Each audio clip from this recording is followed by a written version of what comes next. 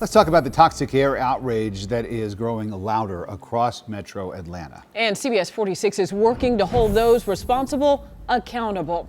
Just yesterday, our Carolyn Ryan pressed members of the Environmental Protection Division for answers, and Chief Investigator Jonathan Carlson, the Bulldog, pressed the president of Sterigenics for answers. Both dodged our questions. And this is why you should care. There are at least 6 facilities in Georgia currently emitting this chemical, ethylene oxide, into the air. They're located in unincorporated Cobb County, Fulton County, Covington, Tucker, Madison, and Augusta. We are back at it today. CBS 46's Carolyn Ryan is live outside the Capitol building. Carolyn.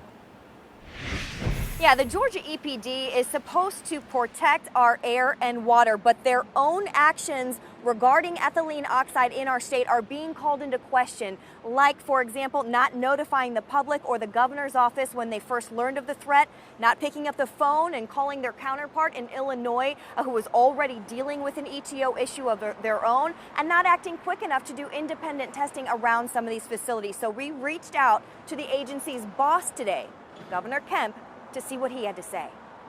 Hi, I'm Carolyn with CBS 46. Is the governor available?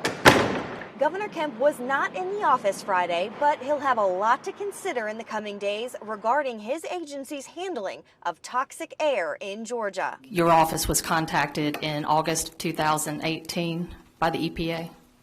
Yes. Can you tell me when and if members of the Deal and Kemp administrations were informed of this information?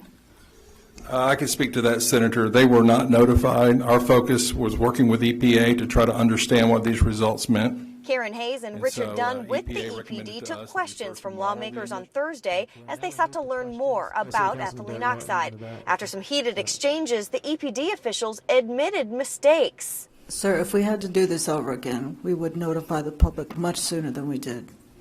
I mean, I don't know what else to say other than, yes, I hear you. Even under that modeling. Lawmakers frustrated with the EPD's apparent lack of urgency.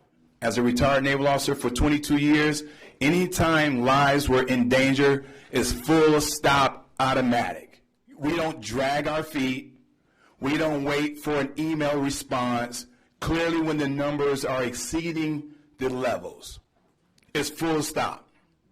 You get on the phone, you call the governor and say, we are in a state of emergency because Georgians are at risk, period. Can we ask you a couple of quick questions? We tried to catch up with Ms. Hayes after the meeting to dig deeper. Do you think your agency handled the ETO situation properly? She didn't want to answer our questions. Is there any accountability that the EPD should be facing? But one person she will have to answer to, her boss. State lawmakers recognize there's a problem. Will Governor Kemp? Can't just count on them to tell us it's all going to be fine. Go away and look somewhere else. We're doing our business. You cannot rely on that. You have to, that's the whole point of having the government be a watchdog for the people, and that's where I think there's been a failure. There's been a ball drop. Yeah, and ultimately the buck stops with Governor Kemp, not only for holding these state agencies accountable for past mistakes, but also for how we're going to deal with this issue moving forward. How serious are we prepared to take this risk? We'll stay on Governor Kemp until we hear back. Reporting live from the state capitol, Carolyn Ryan, CBS 46 News.